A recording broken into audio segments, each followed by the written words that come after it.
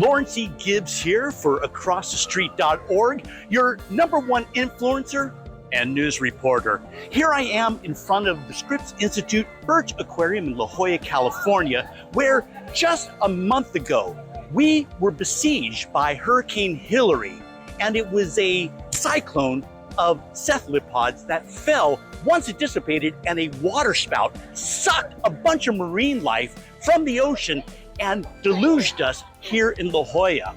It was absolute marine mayhem. That's right. And with me today, who actually witnessed it and started an organization to save the cephalopods, these octopi, is Mr. Mark Shapiro from Toastmasters. Mark, great to have you here. Good to meet you. Okay. How are you? I'm doing great. And you are a community content organizer.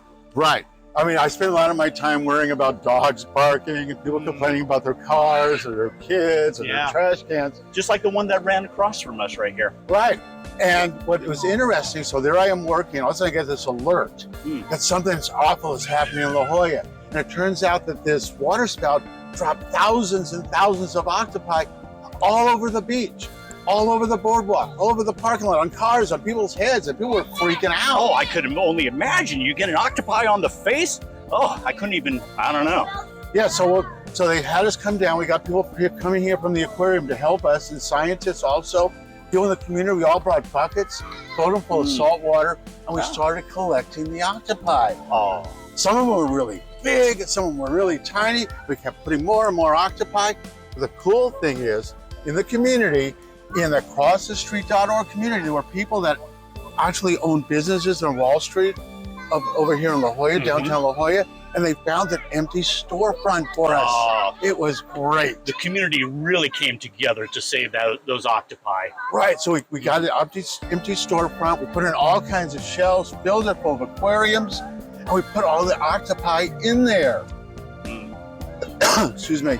It was amazing how everybody came together. People to come together that are all part of AcrossTheStreet.org. And anyway, it turns out it takes a lot of money to pay for the octopi food, the electricity, the salt water, the labor. We need professionals, we need scientists to do this stuff because they couldn't release them back in the water because they could have been polluted, contaminated, who knows? There was no room at the aquarium, so everything was at the storefront. And it was on Wall Street, so we call it Octopi Wall Street. That's clever. Right. Thanks. And so we decided what we needed to do to raise money. There was two things we did. We created a GoFundMe. So there's an Octopi Wall Street GoFundMe. Also, we created a program where you can adopt an octopi. All right, Mr. Shapiro. How does one adopt an octopi? Well, we put them in a cage, you come in, you pay a little money, and then that octopus in that cage, you can name it. That's right, you can name it, it'll have your name on it. I named my octopus Smedley. That's right, because I'm in Toastmasters and Video Masters, and the guy that created Toastmasters was named Smedley. And the other way you can do it is paying some money to become the adopter. And what you get this cool little refrigerator magnet. Will you look at that? That is awesome. That you've rescued an octopi. You know what? I am convinced, folks. I'm going to rescue an octopi as well. Again, this is Laurence E Gibbs for AcrossTheStreet.org, your #1 influencer and your most favorite news reporter, with your ear on the street and eye on the neighborhood. Until next time, we'll be seeing you.